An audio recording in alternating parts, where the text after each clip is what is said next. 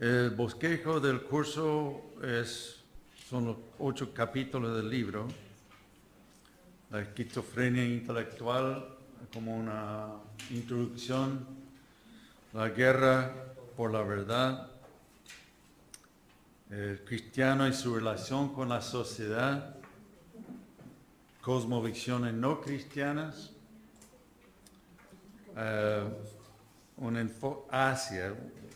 hacia un enfoque cristiano de la política, porque no es el enfoque, hacia un enfoque cristiano de la economía, no es la palabra final, hacia un enfoque cristiano de las ciencias naturales y de la matemática.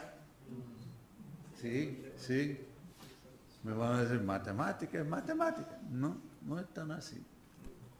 Hace un enfoque cristiano del arte. Algunos dirían, ¿el arte qué tiene que ver conmigo, con el cristianismo? Tiene mucho que ver. Y eso queremos animar a los artistas y a todos los demás también a apreciarlo, a entenderlo mejor. Esos son los capítulos.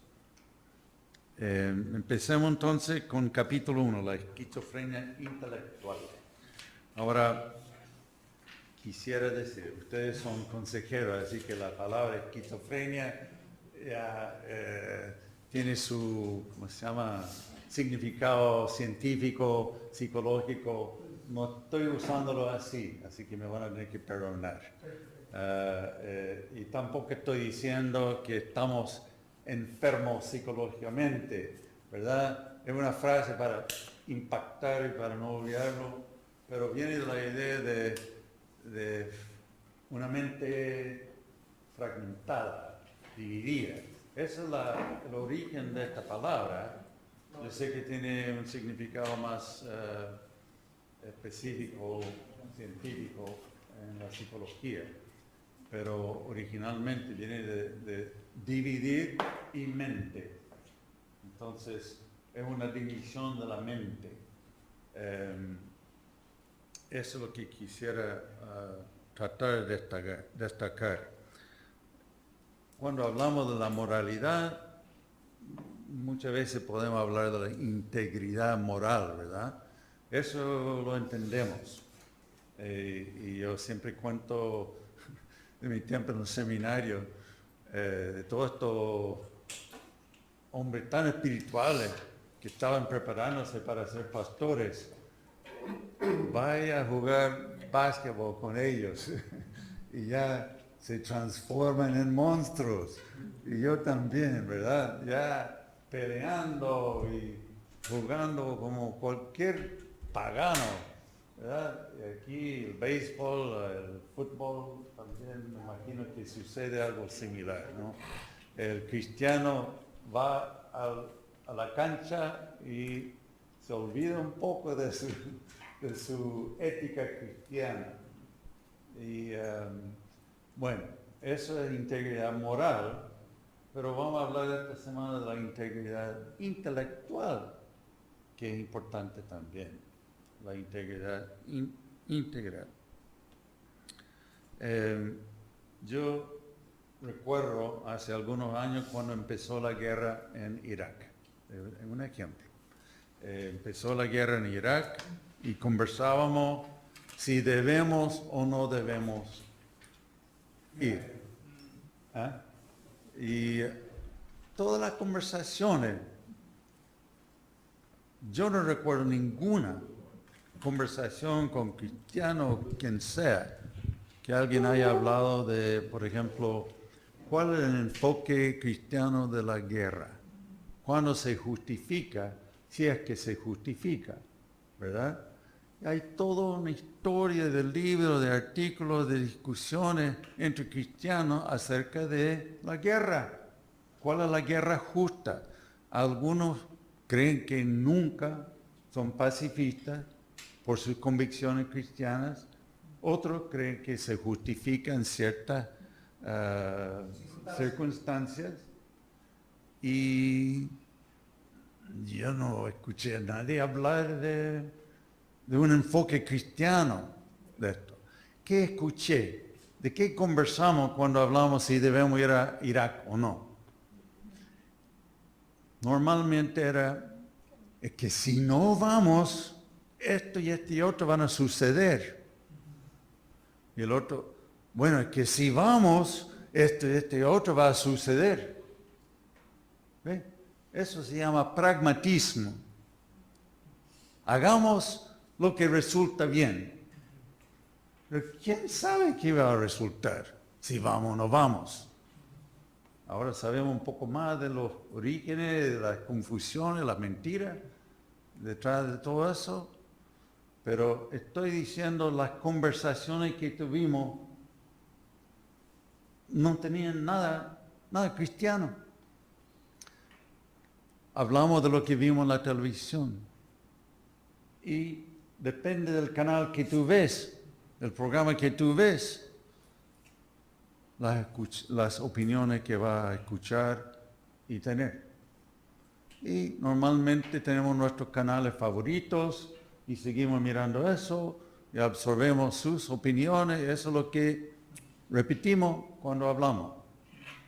Puede que sean válidas, puede que sean cuestionables, pero yo escucho mi canal favorito y repito lo que dice.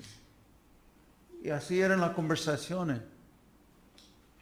Ahora yo digo, eso no es integridad intelectual cristiana.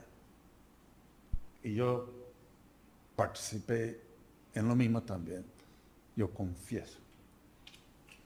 Es un solo ejemplo.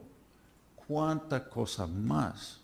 Cuando hablamos de la ciencia, cuando hablamos del arte, cuando hablamos de la economía, tendemos a repetir lo que estamos viendo, escuchando, y tenemos una gran tendencia al pragmatismo. Yo pienso que es bastante común. Es que si hacemos esto, va a pasar. No somos Dios, no sabemos qué va a pasar. Y cuando los cristianos empezamos a tomar decisiones basadas en lo que pensamos que va a pasar solamente. Es un factor, no lo niego. Pero no sabemos lo que pasa, lo que va a pasar. Podemos incluir como uno de los puntos, podría pasar esto, pero no tenemos certeza del futuro. Así que no debe ser el argumento principal.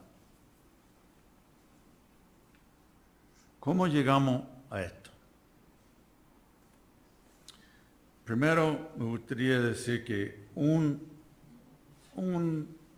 elemento es la secularización de la educación. Es fácil, por ejemplo, mencionar la ciencia. Yo recuerdo cuando estaba en enseñanza media, secundaria, tenía un curso de la biología. Y el profesor decía, dejemos la religión afuera y enseña, pero como un hecho, la evolución. No me vengan a hablar de Dios, la creación, no, es religión. Aquí estamos hablando de ciencia. Esto es ciencia. Entonces te pasa un libro con parecen fotos del mono que va creciendo y termina siendo un ser humano agachado afuera. Esto es un hecho. Oye, ¿tienen las fotos aquí? Aquí está la película de la evolución. Ya, y la religión la dejó afuera. Aquí somos objetivos. En su iglesia tienen sus creencias, sí. Tengan sus creencias, lo que quieran. Pero aquí estamos hablando de hechos. ¿Ve? Secularizado. La educación en casi todo el mundo ha sido secularizada. ¿Alguien iba a decir algo? Sí, ¿no? Y eso es, por ejemplo, y allá tienen posibilidad de escoger a qué escuela vas.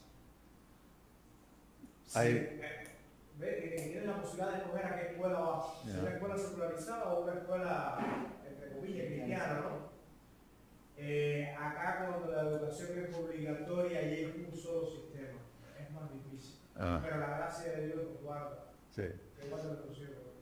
Sí, es un buen punto. Y en algunos países puedes escoger una escuela cristiana. Lamentablemente tampoco garantiza una enseñanza tan cristiana. Ya, les cuento, en Chile mandaba a nuestros hijos a una escuela cristiana, pero volvían a la casa hablando de la evolución como un hecho. Me invitaron a dar una clase sobre la evolución.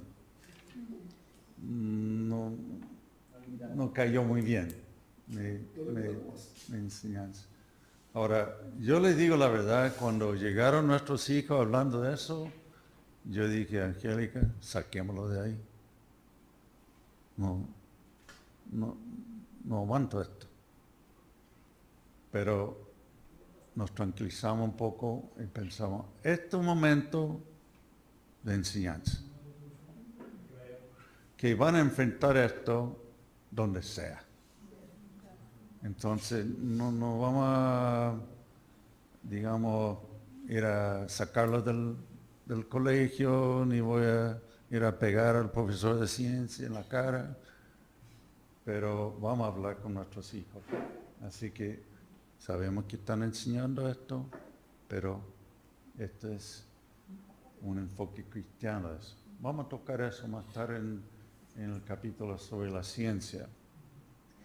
Pero es una lucha fuerte que tenemos hoy en día y la ciencia todavía la ven como hechos objetivos indiscutibles cuando no están así. Ahora, eso es una de las causas. Pero esto también tiene un trasfondo filosófico. Podemos volver a Tomás de Aquino, que tenía mucho que aportar, cosas muy buenas. Y sin querer, creo que estaba separando. Francis Schaeffer habla mucho de esto. Sí, la fe. Entonces, Tomás de Aquino, cómo dividió, fragmentó la fe y la razón. Entonces, por ejemplo, podemos llegar a creer en la existencia de Dios sin la fe, realmente. Como usando la razón, podemos estudiar la naturaleza, llegamos a creer en Dios. No sé cómo será ese Dios, pero creer en Dios. Ahora, para saber un poco más de cómo es ese Dios, cómo es una Trinidad, ahí sí que necesitamos la fe y la Biblia. Suena bien. Y muchas personas en la práctica funcionan así. Y hay cosas peores, podría dejar totalmente al lado la fe y la Biblia, ¿no? Pero esto es una división desafortunada que lleva a separar realmente la fe y la razón. Y a veces lo hacemos muy común así. Las cosas que son por fe, bueno, vamos a ver ahí. Las cosas que son por la razón, no, aquí no tiene que ver. Exacto. Es como bastante innato del ser humano. Entonces, y lamentablemente las cosas de la fe son un poco vagas, inseguras. La ciencia, ahí sí que algo seguro. Ahora, otro filósofo que desarrolló también un poco más esto era... se me cae.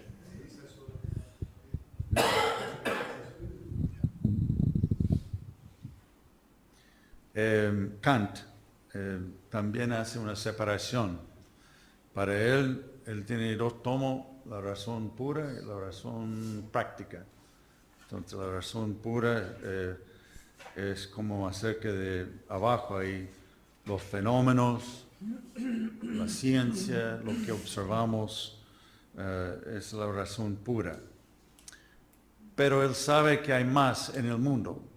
Eso no explica todo, no explica los sentimientos, no explica los instintos religiosos, la ética. Entonces él dice, ya, ok, hagamos otro espacio arriba de los números. Esto es más vago, más inseguro, la religión, esa es la razón práctica. Otra división de parte de Kant. Y vamos a terminar, tenemos un descanso ahora, pero creo que no es justo solamente echar la culpa a los filósofos y a nuestros profesores de ciencia, porque tenemos nuestra propia responsabilidad. Yo como cristiano tengo la responsabilidad de cuestionar y decir, bueno, Tomás de Aquino tenía esto, está bien, pero en esto causa un problema. Kant tenía algo de razón en esto, quizás por lo menos incluye, pero esa división no. Entonces, es mi responsabilidad decir que mi profesor de ciencia puede decir lo que quiera, pero no voy a dejar mi fe afuera. Yo voy a traerla conmigo aquí. Puede enseñarme lo que quiera, decir lo que quiera, pero es mi responsabilidad filtrarlo. Y también como padre, es nuestra responsabilidad ayudar a nuestros hijos a filtrar, sacar lo bueno, retener lo bueno, echar lo malo, conversarlo, afinarlo de una manera bíblica. Bien, sigamos entonces con el primer capítulo. Hay un escritor, Harry Blamires, que dice, no hay una mente cristiana. Él quiere decir lo que yo quiero decir, pero lo dice de otra manera. Cuando dice que no hay una mente cristiana, lo que quiere decir que no hay un diálogo, una escuela de pensamiento, un diálogo informado entre cristianos.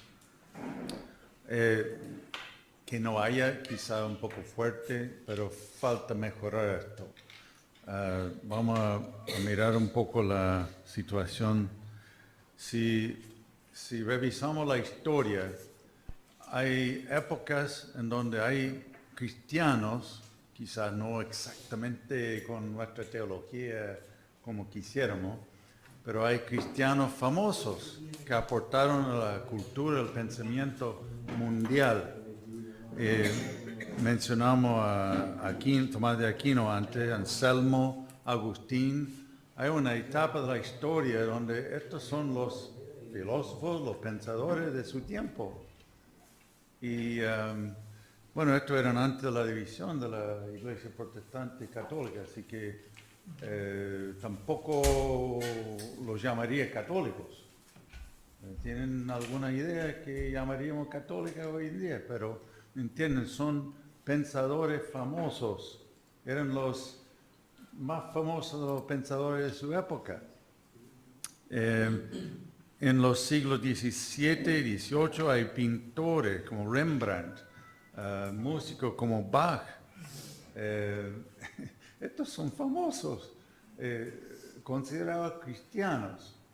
En el siglo XIX, en Rusia, Tolstoy, Dostoyevsky, me imagino que han tenido que leer todo eso aquí, ¿no?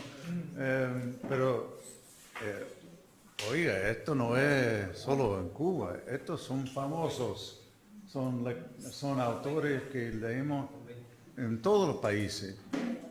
Y cristianos a su manera me van a decir, no son evangélicos, bueno, pero tienen bastante cristiano en sus escritos. Yo lo menciono porque esta es la historia y hoy en día hay gigantes como estos, puede haber, no lo conocemos mucho. Quizá en otro siglo van a volver a mirar atrás y reconocerlo, pero creo que hay un poco de vacío, faltan más ahora. Yo diría que quizá el más famoso sería C.S. Lewis, no sé, en mi opinión, porque lo leen en todos los países, han traducido sus historias para niños, han hecho películas. Es decir, tú puedes ver su nombre en los diarios, en programas de televisión, están hablando de él. Es famoso. Él sí que era anglicano, era, digamos, más o menos más cerca de nosotros, y tiene libros de apologética, fantásticos, pero también tiene sus libros de literatura, incluso ciencia ficción y para niños y todo eso. Hay pensadores cristianos quizás no tan famosos, pero yo creo que Francis Schaeffer merece reconocimiento, Van Til también, Rookmaaker en el arte.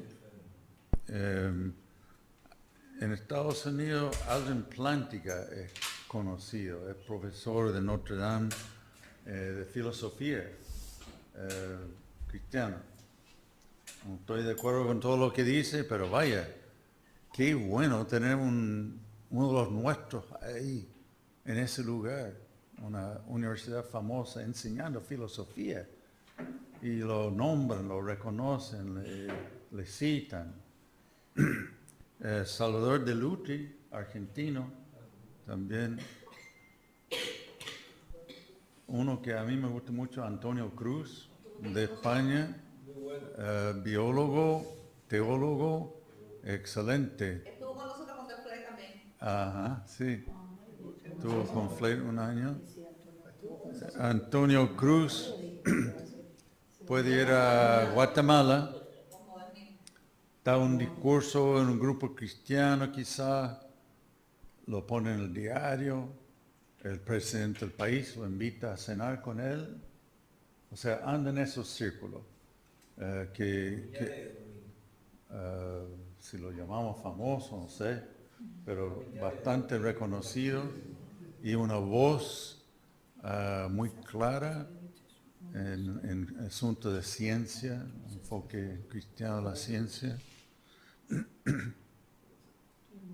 Psicología, ustedes pueden poner más nombre aquí que yo, pero Larry Crabb, Norman Wright, no sé, ¿qué otros psicólogos son bastante conocidos? Richard Crane. Richard Crane. Bueno, no es poca cosa que estos chilenos escribieron un libro, Introducción a la Psicología. Richard Crane, Jorge Sobarzo ha venido aquí también, Vladimir y Felipe, yo los conozco también. No. Pero es bueno reconocer a algunos autores aquí. El desafío bíblico, y esto sería como versículo clave de este curso entero, Romanos 12:2. No os conforméis a este siglo en el sentido de pensamiento, de sociedad, de cultura, no tiempo, de este siglo, este mundo. No os conforméis a este siglo, la cultura que nos rodea, sino transformaos por medio de la renovación de vuestro entendimiento, o vuestra mente también. ¿Para qué? Y no termina con el pensamiento, para que comprobéis cuál sea la buena voluntad de Dios, agradable y perfecta. Es decir, tenemos que renovar nuestra mente para poder vivir de acuerdo con principios cristianos. No es cuestión de pensar solamente, pero si estamos pensando mal o si no estamos analizando estos temas, difícilmente vamos a vivir de acuerdo con la voluntad de Dios, ¿verdad? Entonces, pensar correctamente también es parte de nuestra santificación, es parte de nuestro crecimiento espiritual. Segunda de Corintios 10:5, derribando argumentos y toda altivez que se levanta contra el conocimiento de Dios, y llevando cautivo todo ¿qué? Pensamiento a la obediencia a Cristo. ¿Qué significa eso? Llevar cautivo todo pensamiento a la obediencia a Cristo. Pensar los pensamientos que agradan a Cristo. Pensar como Él quiere que pensemos. Esa es parte de nuestra obediencia, parte de nuestra santificación, es la forma de pensar. Tenemos que no solamente pensar bien, tenemos que saber también mostrar las inconsecuencias de los pensamientos del mundo, pensamientos equivocados, derribando los argumentos y llevando cautivo todo pensamiento a la obediencia de Cristo. Es como casi terminología militar, ¿verdad? Vamos a soldados, estamos trayéndolo para acá, buscándolo y trayéndolo en nuestro campamento aquí del Señor. Una pregunta. ¿Es un pecado pensar algo equivocado? Tengo un no aquí. Hay un sí por ahí. Hay otro no sé. Uno que dice que no. Es pecado, estaríamos todos en el infierno. ¿Es un pecado qué? Iríamos todos al infierno entonces. Eso es un no también. Bueno, todos hemos pecado y no vamos al infierno por la salvación. No significa que no sea un pecado, ¿verdad? Pero entiendo el punto. Todos pensamos equivocadamente. Quise exagerar un poco, ¿no? El asunto. Si has pensado algo equivocado, puedes pedir perdón, puedes corregir ese pensamiento, arrepentirte, o esto no tiene nada que ver con la moralidad. Hay pensamientos obviamente pecaminosos. Por ejemplo, Dios es malo. Tú dices, bueno, es un pensamiento nomás. No, es un pensamiento malo, ¿verdad? Ahora vamos a otra cosa. Jesús no resucitó. Pero es un hecho abstracto, objetivo, histórico, que sí o que no. Si yo digo que Jesús no resucitó, ¿eso es neutral? ¿Ve?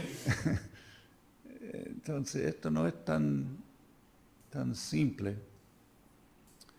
Pero creo que nuestra santificación completa va a incluir restauración también de nuestros pensamientos. Serán pensamientos correctos. Podemos decir eso y hay ciertos pensamientos obviamente pecaminosos,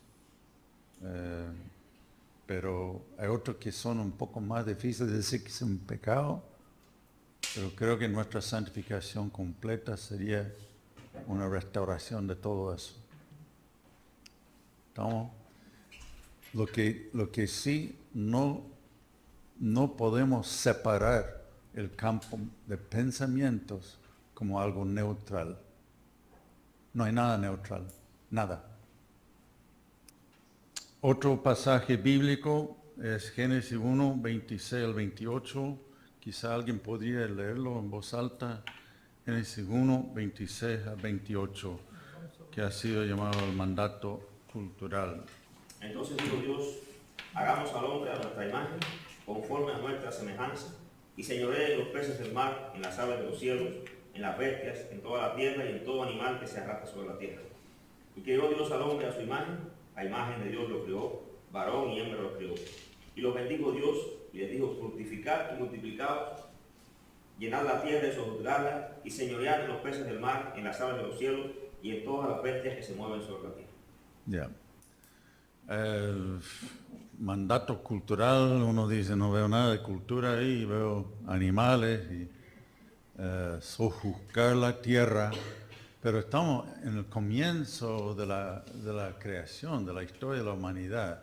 Y Dios le da la tarea de administrar la tierra y sojuzgarla, es decir, manejarla, administrarla. Ahora, la pregunta es, ¿qué habría sucedido sin la caída? ¿Qué habría sucedido con la humanidad si Adán y Eva no caen en el pecado? Y no hay caída, destrucción, conflicto. Supongamos que todo sigue sin el pecado. Efesios 1, 7 al 10.